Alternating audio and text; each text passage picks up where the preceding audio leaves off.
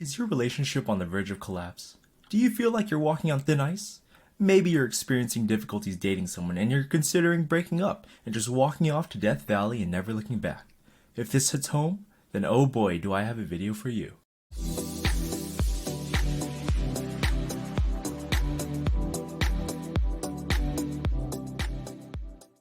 Welcome to Casual Life Advice. My goal is to give you important life tips that are useful, entertaining, and free, unlike school. Today, let's discuss 10 concepts that can help your relationship if things have been rocky, promote healthy couples habits, or on the contrary, completely convince you that they're not the one. So without further stalling, let's get into it. Number 1. Communication. Fun fact: most people don't know how to communicate properly, especially in arguments. This is a pretty frequent occurrence that we tend to overlook.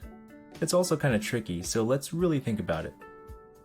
Many people struggle forming their thoughts properly and accurately conveying the message they're trying to get across.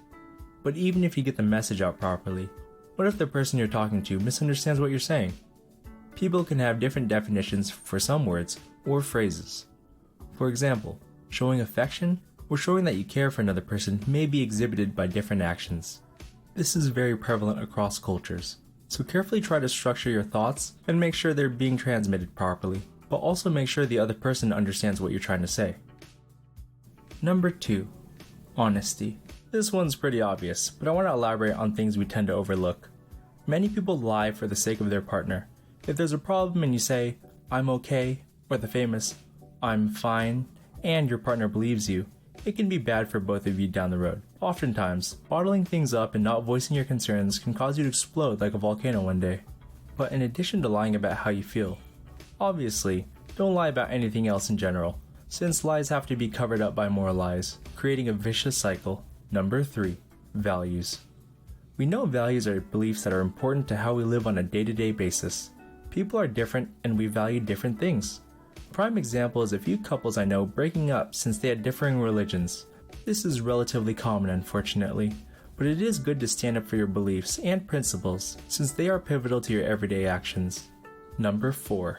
Sacrifices. In a perfect world, all relationships are 50-50 and nobody does more work. Ha! Too bad that's not us.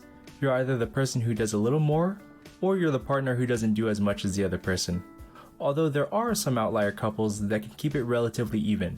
Realistically, you can't quantify relationship efforts in numbers, but you can understand who puts in more work to keep things afloat.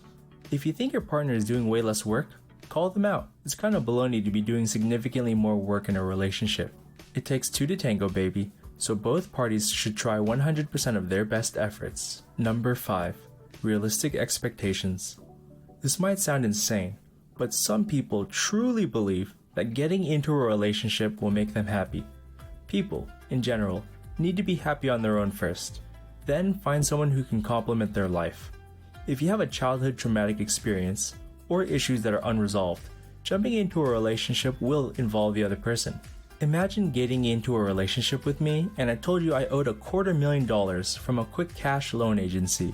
You know, payday loans or fast cash companies who charge 800% interest. Now, what if I told you if we get together, we can tackle this issue and you can help me out? Doesn't that sound enticing? I'm just joking. But of course, that's a money example, and there are many other serious and dark examples that could replace my loan example. Just be mindful of what you bring to your partner, because it's not fun if you bring too many unknown variables or complications. Be realistic about what you can get out of a relationship. It should be a happy, fun, and loving partnership, but it won't create miracles or cure deep-rooted problems in your psyche, that's for sure. Number 6. Conflict. It sounds strange, but conflict is not always a bad thing. Arguing with your partner can sometimes force you to solve problems that you've left alone or pushed under the rug. It can increase trust or help you understand each other more if you've resolved things properly. It's great when conflict forces you to handle small issues before they turn into large problems. Many people avoid conflict and don't want to deal with confronting their concerns head on. Sometimes conflict can save you in the long run and help you grow together too. Number 7. Quick important divorce causes. Let's talk long-term, down the line, important things that really break relationships a few years in. Finance. If you guys aren't on the same page about spending and saving, you'll probably be fighting frequently. I know many people who love stylish designer products or expensive cars, but I also know people who are focusing on retiring early, so hopefully you can find someone that understands or matches your spending habits. Religion. Need I say more? This is a very touchy subject, so try to figure this out as soon as possible if this concept is pivotal to your lifestyle. Children.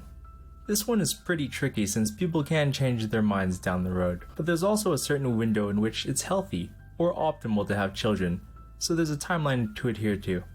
Many people I know are opting for fur children instead, which is not a problem, but definitely discussing kids sooner than later saves loads of time.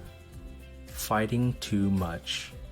This goes with the conflict earlier, but if you fight too much in the beginning or don't know how to peacefully compromise and learn how to accept differences, chances are you'll fight a lot down the road, which takes us to number 8. Being apart or busy. This is actually very good for relationships. Do you find you and your partner arguing often, or your patience is short for one another? You may be seeing each other too much if that's the case. Let's give a delicious example. What's your favorite dessert? Mine's ice cream. So if I ate ice cream after every single meal, or maybe even twice a day, I would get sick of it quickly. I probably shouldn't be comparing your significant other to sugary goodness, but I think that makes sense. Too much of anything is bad. This includes hanging out with your partner. I'm not saying you have to be busy in order to be happy in a relationship, but just don't hang out with each other in copious and extreme amounts like my dessert habits, or you'll possibly get sick of each other. 9. Respect and commitment. This is another obvious one. Just remember, if respect or loyalty is lacking in a relationship, it's probably unhealthy and won't last very long.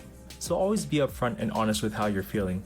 Commitment is highly advised since it can add relief and security between the two parties. Some relationships can exist without commitment, but those are usually considered casual relationships, and I think most of us agree that open or casual relationships are not healthy in the long run. Number 10. Be supportive. Do you want to be with someone telling you you're wrong, you're wasting your time, or someone negative who talks you down constantly? I know I don't. So make sure you and your partner support each other in your passions, goals, or dreams, as long as you can pay your bills and live under a roof with food at the end of the day. I hope you learned something new or can reflect on your relationship from this video if you're having a difficult time. And that about wraps it up. If this situation applies to you, or you think I've missed something essential or pivotal to your experiences, please share your feedback or stories in the comments for others to learn. My goal is to create a positive and reinforcing community for some fun, helpful, and practical tips or shortcuts that can help make life easier, since life can be hard at times. If you enjoyed my video, I would greatly appreciate a thumbs up and a subscribe if you'd like to see more life advice and tips. I try to cover things that are not taught in schools and maybe some vital information you would learn in school, just without the tuition costs. But most importantly, your comments are what I care about the most, since it could really help someone out. If there's a topic you'd like me to consider researching and making a video for discussion about, throw it out in the comments and I'll consider getting to it. That being said, I'll catch you guys in the next video.